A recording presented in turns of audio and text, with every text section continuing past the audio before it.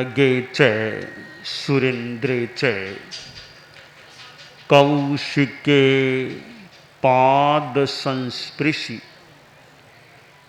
निर्विशेष मनस्काय श्री वीरस्वामिने नमः।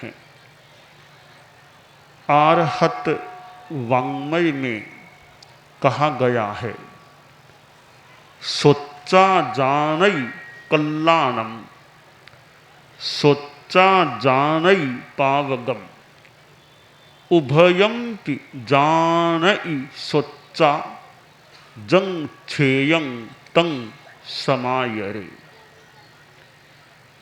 हमारे शरीर में 5 ज्ञानेंद्रियां हैं। उनमें एक इंद्रिय जो पंचेंद्रिय होने का प्रमाण है वह है श्रोत्रेंद्रिय, कर्णेंद्रिय, कान। यह ऐसी इंद्रिय है कि इसके बिना कोई जीव पंचेंद्रिय नहीं हो सकता। यह है तो ही जीव पंचेंद्रिय है, और यह है तो पंचेंद्रिय ही है। अनेक रूपों में यों एव अवधारण हो सकता है कि श्रोत्रेंद्रिय नहीं है तो जीव पंचेंद्रिय नहीं ही है, और श्रोत्रेंद्रिय है तो जीव पंचेंद्रिय है ही। दोनों ओर से एवकार अवधारण का प्रयोग हो सकता है। और इंद्रियों की दृष्टि से सर्वाधिक विकसित प्राणी वही होता है जिसके श्रोत्रेंद्रिय होती है। जिस जीव के श्रोत्रेंद्रिय नहीं है वह इंद्रियों की दृष्टि से पूर्ण विकसित प्राणी नहीं हो सकता।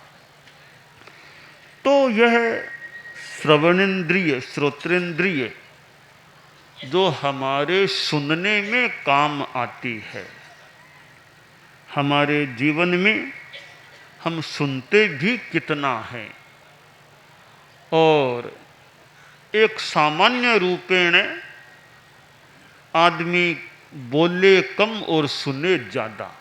हालांकि सापेक्ष वचन बात हो सकती है, परंतु सुनना अधिक चाहिए बोलने की अपेक्षा।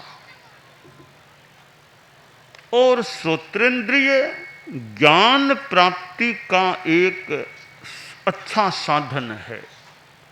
हम भाषण सुनते हैं, प्रवचन सुनते हैं, किसी प्रशिक्षक की बात सुनते हैं, और भी व्यावहारिक बातें सुनते हैं।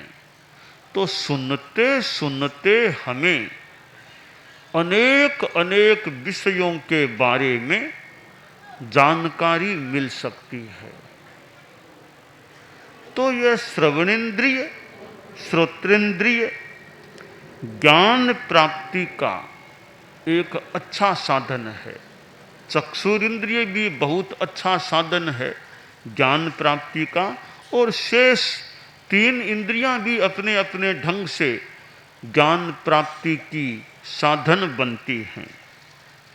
शास्त्रकार ने कहा है कि सुनकर कल्याण को जानता है आदमी, और सुनकर के पाप को भी जान लेता है।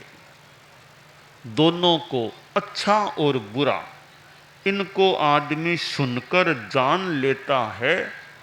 अब जानने के बाद जो श्रेय है, छेक है, अच्छा है, उसका आचरण करना चाहिए, और पाप से बचने का प्रयास भी करना चाहिए। तो हम सुनते हैं, प्रश्न है क्या सुने और क्या न सुने। यूँ तो दुनिया में बहुत चीज़ें हैं, किस किस को सुनेंगे।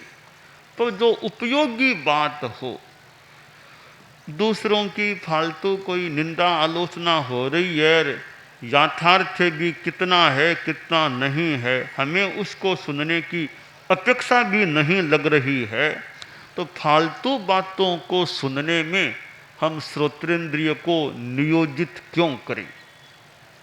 तो गांधी जी के 3 बंदर की बात भी, बुरा सुनो मत, बुरा देखो मत, बुरा बोलो मत, साथ में जोड़ दूं बुरा सोचो मत।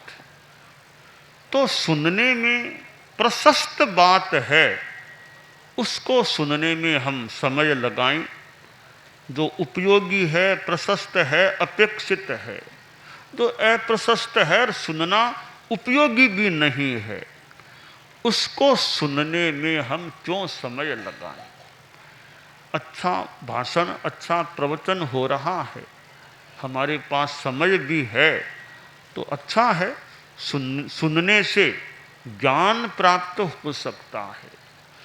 तो एक साधु होता है, साधनाशील है, साथ में उसमें ज्ञान भी अच्छा है, तो ऐसे साधु के मुख से फिर आर्षवाणी की बातें सुनने को मिलती हैं। तो स्थूल भाषा में तो यों समझें कान भी धन्य हो जाते हैं। पवित्र वाणी कर्ण की अतिथि बनती है, कानों में पड़ती है। आदमी सुनता है। आगम में कहा गया कि श्रवण माहन, यानी साधु की पर्युपासना करने से क्या मिलता है कि पहला लाभ यह मिल सकेगा, श्रवणे, कुछ सुनने को मिल जाए। साधु के पास बैठे हैं, कोई तत्व की बात, ज्ञान की बात अगर चलती है तो वो सुनने को कुछ मिल जाए। या प्रवचन के समय गए हैं तो हो सकता है प्रवचन श्रवण का आपको मौका मिल जाए। तो सुनने को मिलता है। सुनने का लाभ है कि ज्ञान मिल जाता है। और ज्ञान का अगला विकास है विज्ञान। हेय उपादेय का विवेचन, क्या छोड़ने लायक है और क्या ग्रहण करने लायक है, यह विवेक उत्पन्न हो जाता है। फिर अगला विकास, आदमी हेय को छोड़ता है, संयम आदि आदि करते करते मोक्ष तक की प्राप्ति हो सकती है। तो हम क्या सुने और कैसे सुने। क्या सुने, अच्छी उपयोगी बातों को सुने, और कैसे सुने उसमें ध्यान लगाएं। अब सुनने का समय है और बातों में लग गए हैं।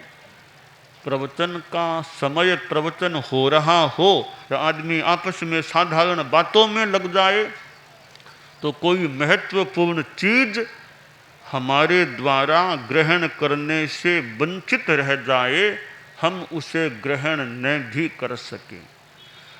अथवा उस समय कोई नींद आ गई, नींद में लग गए, तो वो बात जा सकती है। पानी तो ऊपर से बरसता है, मेघ बरसता है, पर कौन आदमी उसे बाल्टी में लेता है, कौन कुंड में ले लेता है, वो लेने वाले पर निर्भर होता है। तो एक साधु की वाणी कई बार इतनी कल्याणी हो सकती है कि श्रोता का कल्याण हो जाए। अब श्रोता की दृष्टि अच्छी हो, यानी अच्छे ढंग से सुने, तो एक कल्याणी वाणी कल्याणकारिणी बन सकती है। एक साधु एक गांव में गए, कुछ साधु थे, उनमें मुखिया साधु जी थे, वे प्रवचन आदि किया करते थे। गांव के लोगों ने कहा कि मुनिवर आप पधारे हैं, आपका प्रवास हो रहा है, बहुत लोग लाभ ले रहे हैं, परंतु एक कमी है, हमारे गांव के सेठ साहब हैं, बहुत धनाढ्य हैं, बहुत प्रसिद्ध भी हैं, वे नहीं आते हैं। तो वे भी आपके प्रवचन में आए तो उनको भी लाभ मिले और हमको भी अच्छा लगे, भी सेठ साहब भी प्रवचन में आए हैं। आप कभी उनको प्रेरणा दें कि सेठ साहब भी आपके प्रवचन में भाग लें। वे सेठ साहब मोह माया में बहुत आसक्त रहते हैं, बस पैसे में, धन में, इनमें ज़्यादा रहते हैं, धर्म में रुचि कम लेते हैं। संत ने कहा कभी मौका होगा तो देखते हैं। एक दिन वो संत भिक्षा के लिए, गोचरी के लिए जा रहे थे, साथ में कार्यकर्ता थे। बोले महाराज साहब वो सेठ साहब की हवेली यही है, आप अभी चलो तो देख लो। कहा ठीक है चलते हैं। तो संत वो हवेली में गए। सेठ साहब एक पलंग पर यूं बैठे थे, संत अंदर वहाँ चले गए। कार्यकर्ता बोले महाराज आए हैं। अच्छा बहुत अच्छी बात है। तो संत बोले सेठ साहब हमारा यहाँ प्रवास हो रहा है गांव में, तो कभी आप भी भाग लिया करो, प्रवचन व्याख्यान होता है। कहाँ महाराज जी टाइम नहीं मिलता मुझे, बहुत काम रहते हैं। आपके कोई काम हो तो मुझे कह देना, बाकी मुझे टाइम नहीं मिलता है। तब संत ने सोचा इनको तो तरीके से ही समझाना चाहिए, इतना मोह माया पैसे में कि आने का टाइम भी नहीं है। तो कहा कोई काम हो तो मुझे बोल देना, बाकी मुझे टाइम नहीं है, आने का काम रहते हैं। तो संत ने कहा शेर साहब एक छोटा सा काम बता सकता हूँ, छोटा सा काम है। बोलो महाराज क्या क्या काम है ना। संत ने एक छोटी सी सुई निकाली, अपनी जो पर्स जो था, कपड़े का पर्स था, निकाली। और सेठ साहब छोटी सी सुई है, का क्या करूं महाराज, ये इसको आप ले लीजिए, छोटी सी सुई है, आप रख लीजिए और आपके पास आप सुरक्षित रखना, और अगले जन्म में आप इसको मुझे वापस दे देना। सेठ बोला महाराज क्या भोली बात करते हो, ये सुई मेरे साथ में चलेगी क्या, कोई जो आपको आगे दे दूंगा मैं, क्या बात करते हो। अच्छा सेठ साहब साथ में नहीं चलती, क्या बात करते हो। तब संत ने कहा सेठ साहब यह सुई आपके साथ में नहीं चलती, या इतनी माया आपके साथ में चलेगी क्या। आप दिन रात पैसे पैसे की बात में, कितना मन आपका पैसे में। आपने कहा मुझे टाइम नहीं मिलता प्रवचन में आने का, कोई काम हो तो बोल देना, तो इतना सा काम भी आप नहीं कर सकते क्या। तो महाराज तो सुई देखो, सुई आपके साथ नहीं चलेगी। जिंदगी में बहुत कमाए हीरे मोती, जिंदगी में बहुत कमाए हीरे मोती, पर क्या बताऊं मित्र कफन में जेब नहीं होती। पर क्या बताऊं मित्र कफन में जेब नहीं होती। कई हीरे मोती इतने कमा लिए वो साथ में नहीं जाएंगे, और यह सुई तो जाएगी भी कैसे अगले जन्म में तो साथ में। तब संत ने कहा जब सुई साथ में नहीं जाएगी तो यह माया भी साथ में नहीं जाएगी ना, साथ तो नहीं जाएगी। तो जो साथ में नहीं जाएगी उसके पीछे आप इतने लगे हुए हो कि आपको प्रवचन में आने का टाइम भी नहीं मिलता है। सेठ साहब को बात लग गई कि महाराज आपकी बात बहुत ठीक है, अब तो मुझे उम्र भी 70 पार का हूँ, उम्र भी आई है, 70 पार में हूँ, अब तो मुझे और ध्यान देना चाहिए, कुछ धार्मिक दृष्टि से भी करूँ। आज आपने जो बात कही है कि सुई के माध्यम से आपने मुझे ज्ञान दे दिया कि सुई साथ में नहीं चलती है तो और धन कैसे चलेगा। अब मुझे मानो मेरी आंख आज खुल गई है, अब मैं जीवन शैली को बदलूंगा और अब कुछ समय में धार्मिक साधना में सत्संगत में भी लगाने का प्रयास करूंगा। जब तक आप हैं मैं रोज यथासंभवतया अब कल से आपके प्रवचन में आने का भी प्रयास करूंगा। एक बात सुनी सेठ जी ने तो बदलाव आ गया, परिवर्तन आ गया। कई बार वो गुरुओं की वाणी आदमी की दिशा और दशा को बदलने वाली हो सकती है। परम पूज्य आचार्य भिक्षु किस प्रकार वो लोगों को दृष्टांतों के द्वारा अपने तरीके से ज्ञान देने का प्रयास करते रहे होंगे। हमने आचार्य भिक्षु को तो वैसे साक्षात नहीं देखा, परम पूज्य आचार्य तुलसी को देखा था, आचार्य महाप्रज्ञ जी को देखा था। वे प्रवचन भी करते थे। आचार्य तुलसी ने तो कितने प्रवचन किए होंगे, हमारे धर्म संघ में वे पहले आचार्य थे जो कोलकाता पधारे थे। सबसे पहले वो पधारे थे, दक्षिण भारत में पधारे थे, कहाँ कहाँ पधारे थे। और परम पूज्य आचार्य महाप्रज्ञ जी, वो वैसे तो अवस्था थी, फिर भी कहाँ कहाँ उन्होंने अहिंसा यात्रा कर ली थी। और कितना प्रवचन उनका आचार्य काल में हुआ था। तो ये गुरुओं की वाणी वो कई बार दिशा निर्देश देने वाली, संदेश देने वाली और व्यक्तिगत जीवन की समस्या के समाधान का मार्ग बताने वाली सिद्ध हो सकती है। तो हम श्रवण करें, सुने, बड़े ध्यान से अच्छी बातों को सुनने का प्रयास करें। तो हमारा अहमदाबाद में यह 21 दिवसीय प्रवास जो निर्धारित था, अहमदाबाद प्रेक्षा विश्व भारती, मोटा मोटी एक ही चीज़ है। और आज 21वां दिन आ गया है, यानी एक तरह से प्रवास का मानो अंतिम दिन, जो निर्धारित प्रवास था उसका अंतिम दिन आ गया। और 29 तारीख भी आ गई। 29 तारीख तो कल्याण परिषद के नाम मतलब मीटिंग का दिन होता है, और जहाँ तेरापन समाज के कितने कितने जो संस्थाओं के शिखर व्यक्ति, मान लो अध्यक्ष, मंत्री, ऐसे जो मुख्य व्यक्ति हैं, वे यथासंभवतया जो आया करते हैं आने वाले, और उस गोष्ठी में भाग लेते हैं। तो समाज की क्लीम मुख्य मुख्य व्यक्ति जो इस 29 तारीख की गोष्ठी में भी आते हैं, और समाज के बारे में और कुछ चिंतन मंथन भी यथासंभवतया चलता रहता है। तो अहमदाबाद प्रेक्षा विश्व भारती का ये त्रिसाप्ताहिक प्रवास रहा, और अच्छा एक लोगों ने लाभ उठाने का भी प्रयास किया।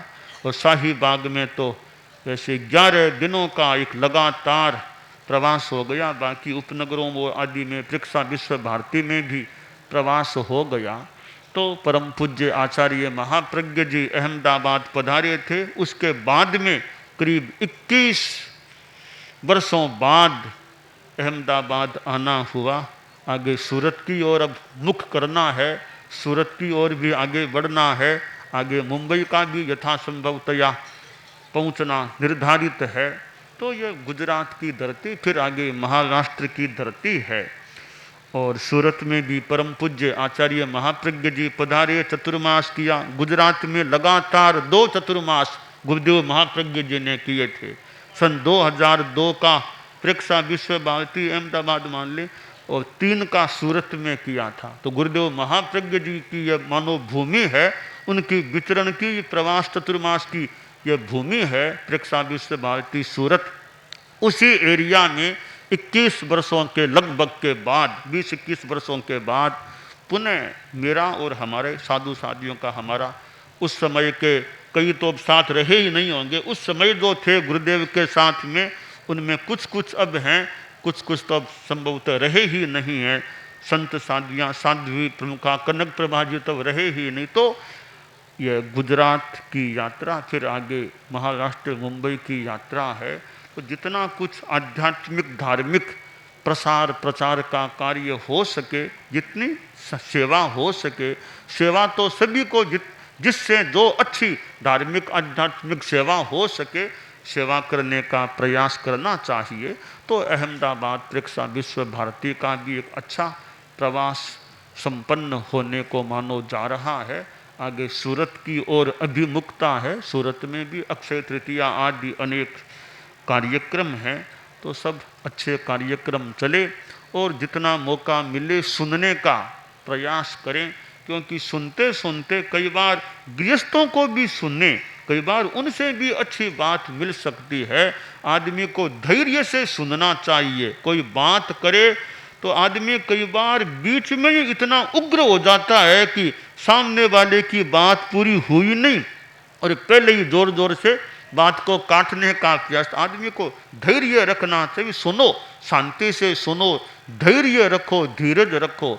झटपट आदमी को गुस्से में आना नहीं चाहिए। थोड़ी बात मन के प्रतिकूल सुनी, गुस्सा हमें मान लो आ जाए, तो गुस्सा आना तो एक तरह की कमजोरी है। आदमी को सुनने में शांति रखनी चाहिए, बाद में कहने की बात कही जा सकती है। हम अच्छे तरीके से सुने, सुनकर के लाभ उठाने का प्रयास करें, यह काम्य है। दानान सिद्धम अभयपयानम सच्चे सुया अणवज्जं वयन्ति तवेषु या उत्तम बंभचेरम लोगुत्तमे समणेनाय पुत्ते।